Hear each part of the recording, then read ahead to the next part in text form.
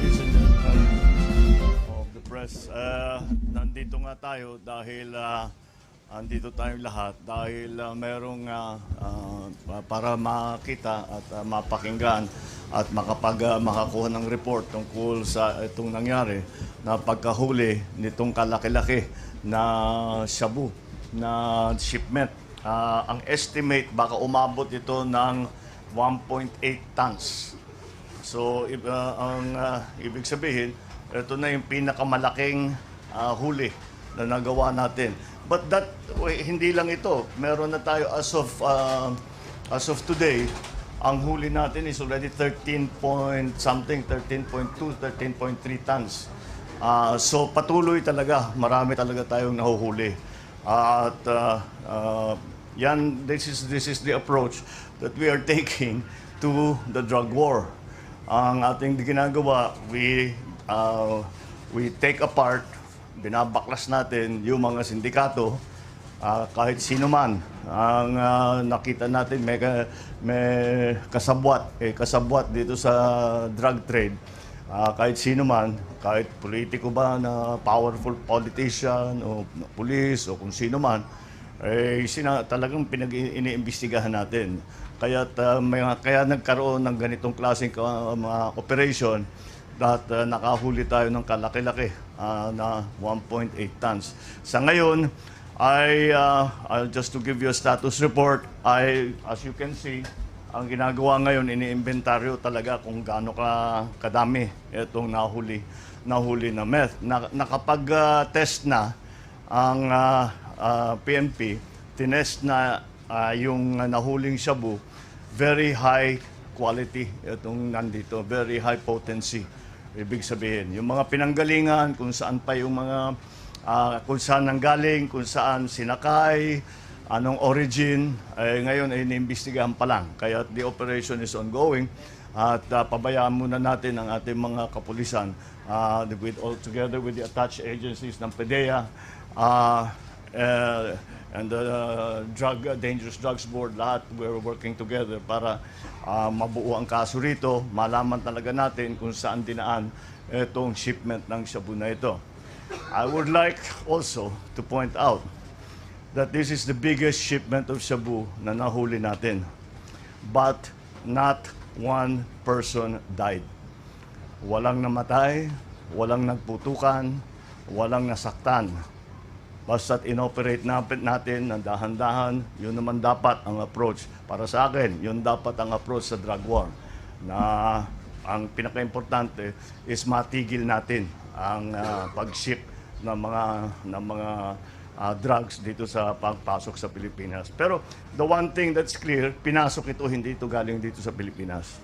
Hindi ito linuto dito sa Pilipinas, galing ito sa labas.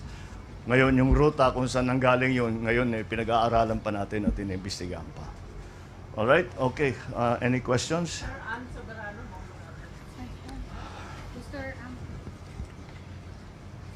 Mr. President, Hello. good afternoon. Good morning. Yes, sir. Sir, ano po yung instruction nyo sa ating mga law enforcement agencies like PNP and PDEA? Kasi with this apprehension, tila hindi natatakot ang mga drug syndicate na i-transport ang mga illegal drugs kahit may mga checkpoint. Babala nyo na lang din po sa mga drug syndicate na hindi tumitigil sa kanilang illegal drug activity sa bansa. Thank you.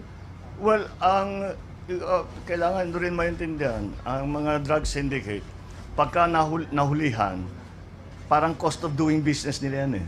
Nakakasama na sa kalkulasyon nila. Once in a while, mahuhuli tayo. Pero malaki pa rin ang kita. So, tuloy-tuloy lang. We cannot, there is no, tinatawag na one single answer tungkol dito. There's no silver bullet to this. Kailangan talaga kayod. We have to operate. We have to gather intelligence. We have to coordinate with Interpol. We have to coordinate with intelligence and drug agencies of other countries around, of ASEAN, of Asia, kung saan man nanggagaling. Because this is an international crime.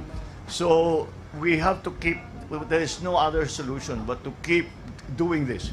Na kung pasok sila ng pasok hanggang it is not para magawa. Napakahirap magpasok ng drugs na sa Pilipinas, wag na natin gawin. Dadali natin sa ibang lugar. That is the situation that we are hoping to achieve.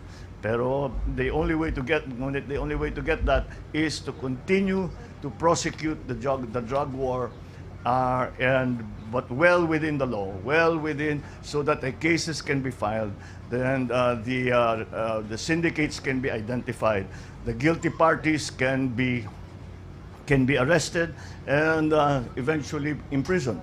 And that is the point of what we are doing. That's the only way to approach it. Pahirapan talaga yan. Tignan ninyo, tayo nasa Pilipinas, tignan ninyo ang problema. Sabihin na lang natin, kasi wala tayong resources, wala tayong funding na masyado. Tignan ninyo, kahit yung mga mayayaman na bansa sa Amerika, sa Europe, gaano ka trilyon na dolyar ang kanilang ginagastos, meron pa ring drug problem. Kaya tayo, ganun din, wala tayong mga ibang pwedeng gawin kung hindi, sige lang ng sige, just keep going. Ang kapulisan naman natin is nasanay na rin sila at alam na rin nila kung paano ang sistema kuminsan. Kaya ino-operate, basta we just keep operating and keep gathering intelligence, and that's the key to bringing down the activities of the drug syndicates dito sa Pilipinas. Babalan nyo, sir, sa mga drug syndicate. Ano? Yung babalan nyo po sa mga drug syndicate.